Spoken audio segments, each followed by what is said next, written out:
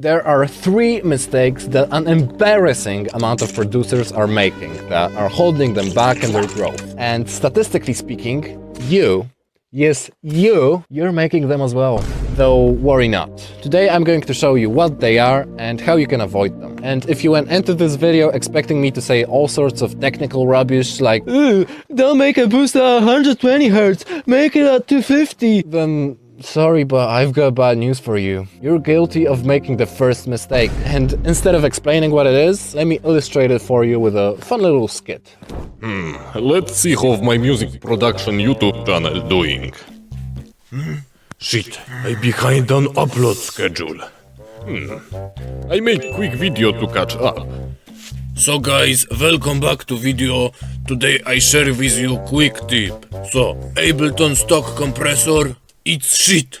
Don't use. It click when sidechain. Use other compressor. It not click. Smash like button. Damn, this guy's wearing headphones? He must know what he's talking about. I don't really know what all of this even means, but I'm going to get this other compressor right now. It must be the right choice.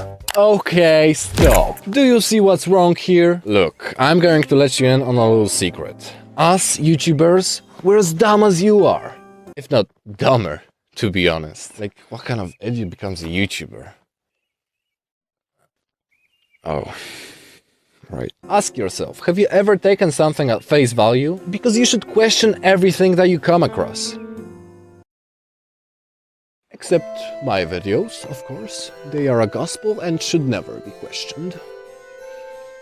No, but really, instead of mindlessly replicating what the tutorials say, you should really try to understand how things work and why they do. In the case of that compressor back there, its attack setting was set to 0, which meant that there was absolutely no delay before reaching maximum compression, which in turn resulted in clicking. So the clicking wasn't caused by the compressor being inherently worse or anything, it was caused by a lack of understanding of what the settings actually do, which actually brings me to another mistake that I keep seeing over and over again. Look, I get it. The stock plugins don't really look that sexy, do they? And the smart man from the tutorial says that this other plugin is better. So surely you should buy it. And you do. And you do again. And before you know it, you've spent an embarrassing amount of money on plugins that you don't even use anymore. Don't worry. We've all done it. But most of the time, the stock plugins are actually more than enough if you actually know how to use them. I mean, yeah, having lots of presets is pretty cool, but if you're looking for inspiration, I would say that getting samples is a much better deal for you.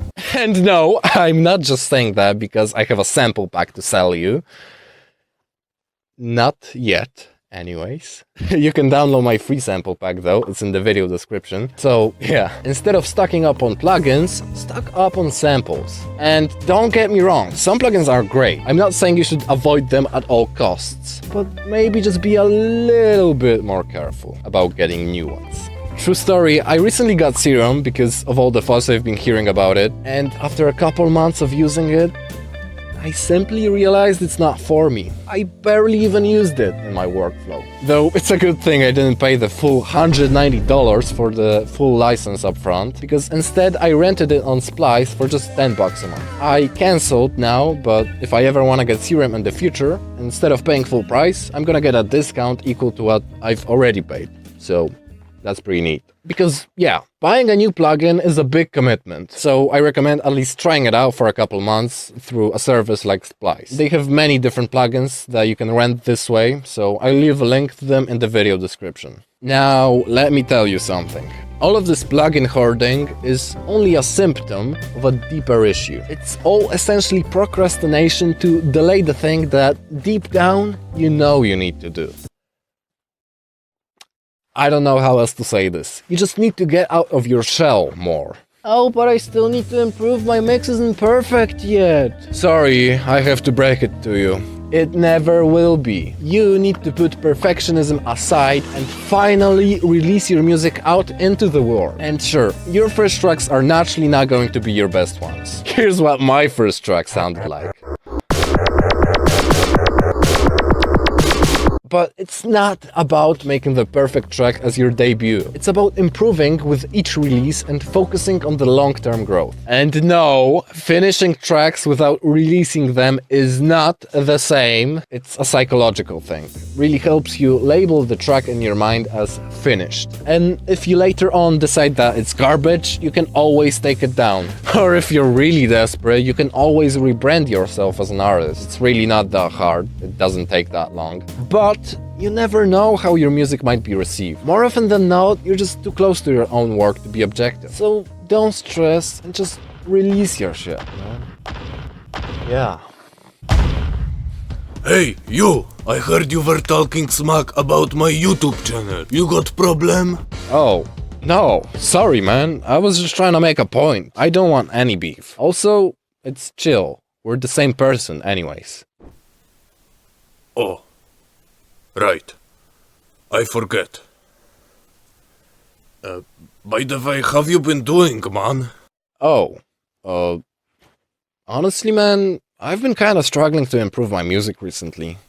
Oh. Not good.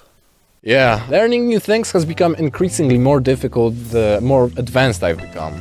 So I guess you experience diminishing returns? Huh. You want to talk about it? No, it's okay. It's a whole another topic for an entirely separate video. Actually, it's a topic for this video, specifically. Why are you breaking the fourth wall? If you want to learn about some practical ways that you can improve your production skills, even if you're an advanced producer, click right here. Fuck. I will see you there. Cheers.